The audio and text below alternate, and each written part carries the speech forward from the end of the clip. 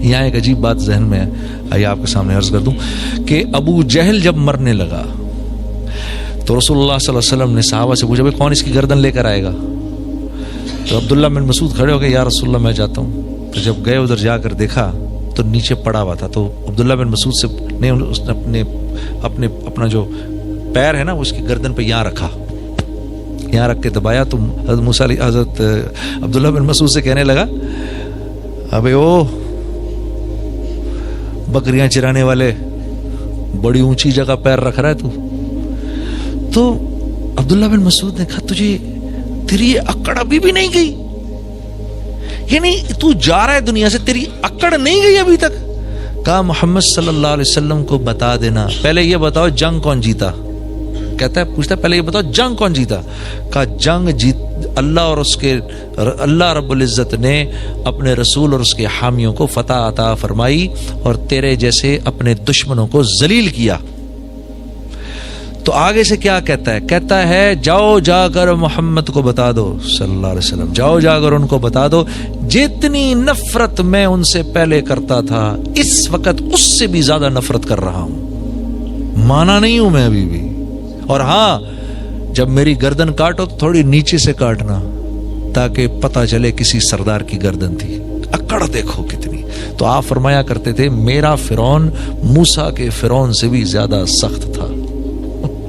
اللہ معاف کرے، یہ تکبر اتنی خطرناک چیز ہے۔ میرا فرعون موسیٰ کے فرعون سے، موسیٰ کے فرعون نے تو جب فرشتوں کو اترتے دیکھا تو فوراً کہہ دیا آمنت برب موسیٰ و ہارون، اور یہ میرا فرعون دیکھو آخر وقت میں بھی یہ کہہ رہا ہے۔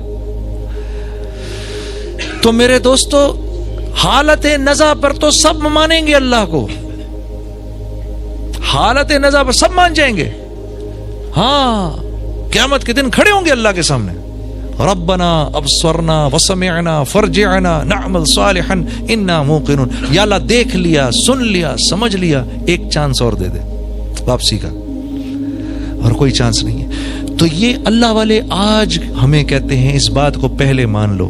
دیکھو دعوت دو گے تو یقین بدلے گا، یقین بدلے گا تو زندگی میں اعمال آئیں گے، جسم سے اعمال نکلیں گے، اور جب اعمال نکلیں گے تو پھر اللہ کی مدد اترے گی۔ ہاں دیکھو آپ سب لوگ خدا کے لیے نوجوان کتنے بیٹھے ہیں، ہائے ہائے اپنی زندگیوں کی قیمت لگاؤ میرے دوستو، بے قیمت نہیں اٹھو یہاں سے۔ ہاں ہماری جس مقصد کے لیے اللہ نے بھیجا ہے اس مقصد کو سمجھنے کی کوشش کرو۔ ہم سب کے سب سارے کے سارے عالم کے ذمہ دار ہیں، اس امت کے ایک ایک نوجوان کے اندر، ایک ایک انسان کے اندر ایک نبی کا کام کرنے کی صلاحیت ہے۔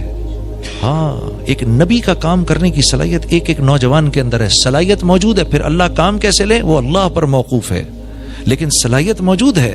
میں نے آپ کے سامنے شروع میں عرض کیا تھا، ہاں عورت کو دیکھو، عورت کیسے، میں نے کہا تھا نا گھر چلاتی ہے، عورت کو دیکھو، واہ واہ سبحان اللہ۔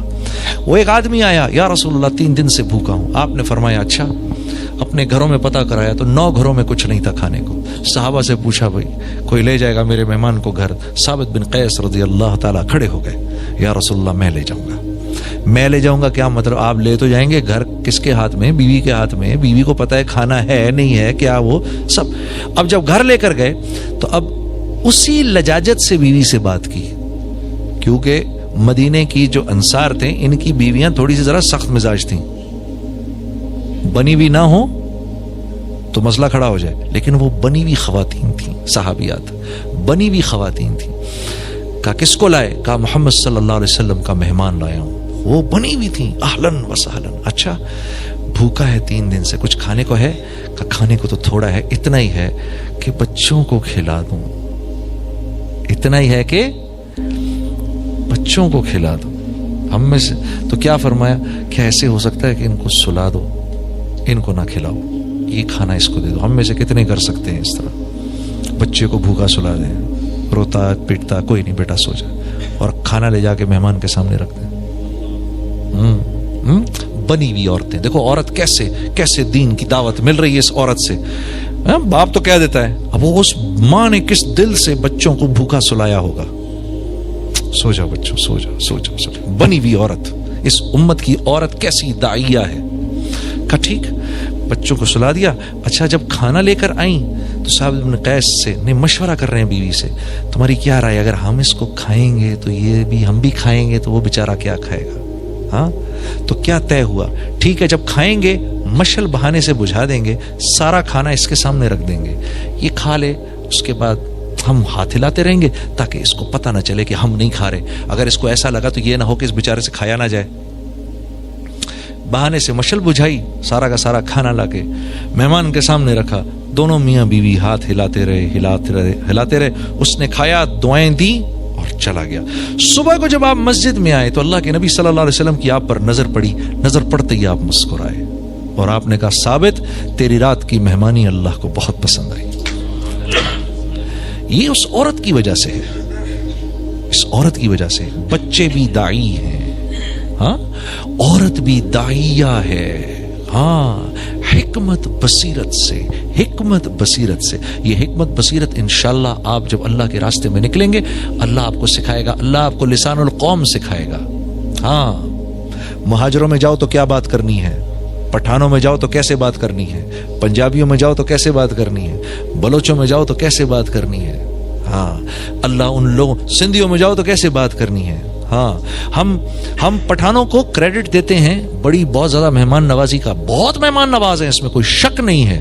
لیکن میں یہ ایک بات ضرور اس میں ایڈ کروں گا کہ میں نے جو سندھ میں مہمان نوازی دیکھی, غریب غربا میں, انٹیریئر سندھ میں, یقین کرو وہ مہمان نوازی میں نے کہیں نہیں دیکھی. ہاں ایسی مہمان نوازی نہیں دیکھی. وہ واقعی اتنے غریب ہوتے ہیں اپنے منہ کا نوالا نکال کے آپ کو کھلاتے ہیں.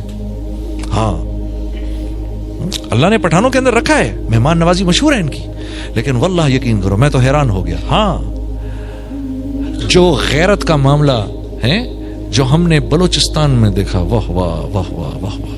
ہاں جو ہم نے جو دین پر نہیں آ رہا, وہ ایک طرف جو دین پر آ رہا ہے اس کی دینداری دیکھ کر ہم حیران رہ جاتے تھے. ارے واہ واہ واہ واہ. تو ہم کہتے تھے کتنا بڑا میدان ہے یار, یہاں میں کیوں نہیں جا رہا. 10 دن کی جماعت بنا کر میں اور بھائی سعید صاحب کوئٹہ گئے. پھر اس کے بعد 10 دن ہم نے کوئٹہ میں لگائے. پھر ہر لائن کا آدمی آ کے ہم سے ملا, ہر لائن کا آدمی آ کے ملا.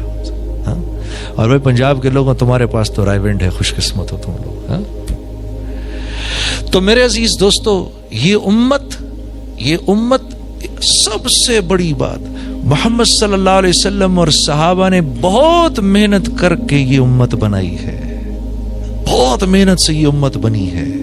ان کے خون اور پسینے میں تیر کے یہ امت بنی ہے. ہم ایک امت ہیں, ہم قوم نہیں ہیں, ہم ایک امت ہیں. We are not a nation, we are an ummah. ہم امت ہیں. اور من حیث